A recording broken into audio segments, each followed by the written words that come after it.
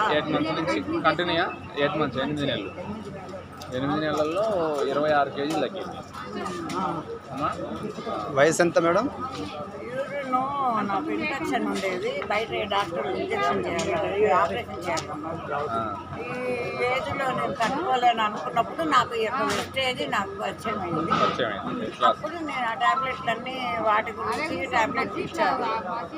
Control,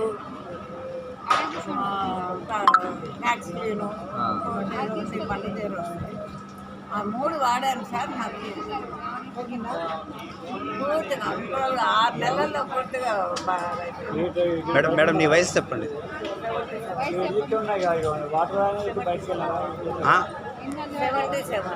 77.